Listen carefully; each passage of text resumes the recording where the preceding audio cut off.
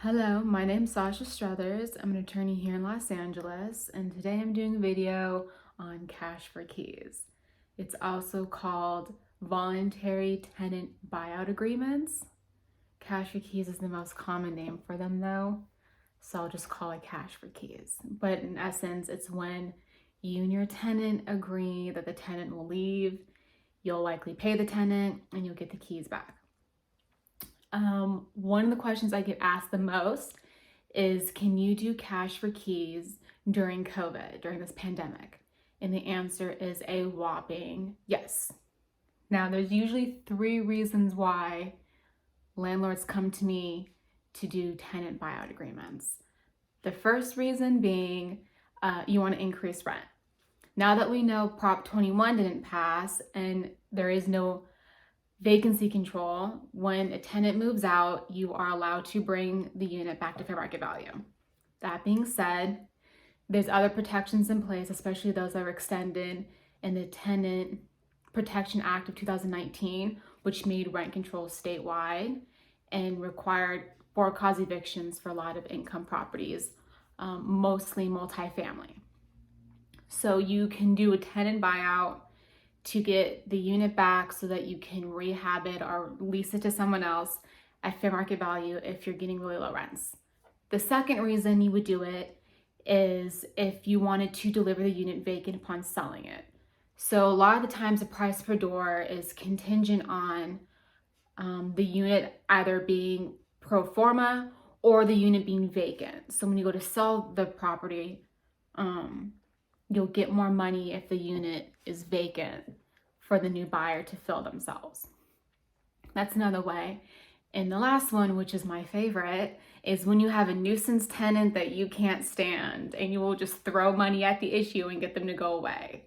Because we all know nuisance evictions are very, very difficult. And one of the reasons why they're very difficult is because landlords don't document the nuisance, which is outside the scope of this video, but could be a video of its own. I'll probably do a video about that. But that is another way you can get rid of tenants that you just don't want anymore, if they agree. So that's kind of what's gonna segue this video. Is it sounds great in theory to do tenant buyouts, but here are some of the things that landlords don't consider, don't quite understand about tenant buyouts.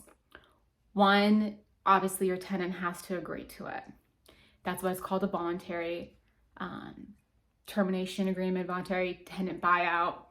Tenant has to agree.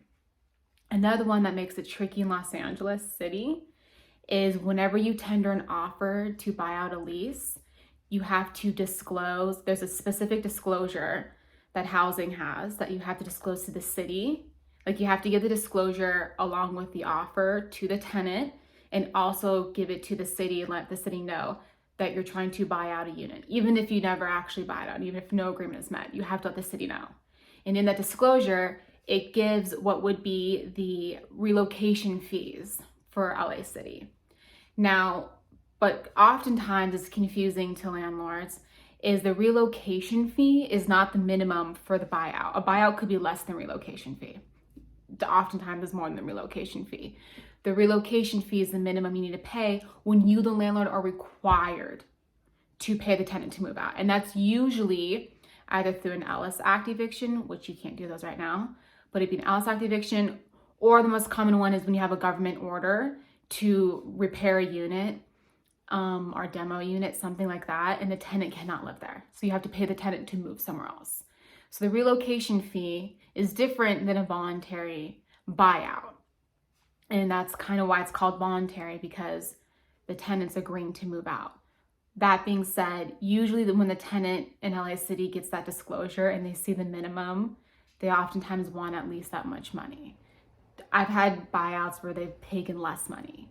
But what I think is interesting for landlords right now is because tenants are behind on rent, and a lot of them have taken advantage of the COVID-19 protections, the eviction moratorium protections, you can use that to your advantage in negotiating a buyout, especially when you know that the rent is going to be hard to collect. For LA City and LA County, there's a 1-year payback period for residential. So that money isn't even due for the protected period and for the transition period. until March 2022. For now, it could even get extended. There's rumors that they might potentially extend the eviction moratoriums. So if you have a tenant that's not paying, that you don't like, and you want out, you can use that as leverage in part of negotiating these buyouts. And so all in all, yes, you can do tenant buyouts right now during the pandemic, but it all comes down to your numbers. You got to play with the numbers. If you're going to do it for a rent increase, you want to look at that number and what your break even is going to be. If you're doing it because you want to sell the property and you want more money for that unit, you should talk to your broker about how much money they think you can get for that unit if you deliver it vacant, and that kind of dictates your ceiling on a potential buyout. Or if you just, want a tenant out that you don't like.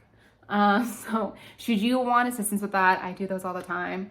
Feel free to reach out to me. My information will be linked below. And I wish everybody luck in 2021, especially landlords, because it's been rough. Thank you.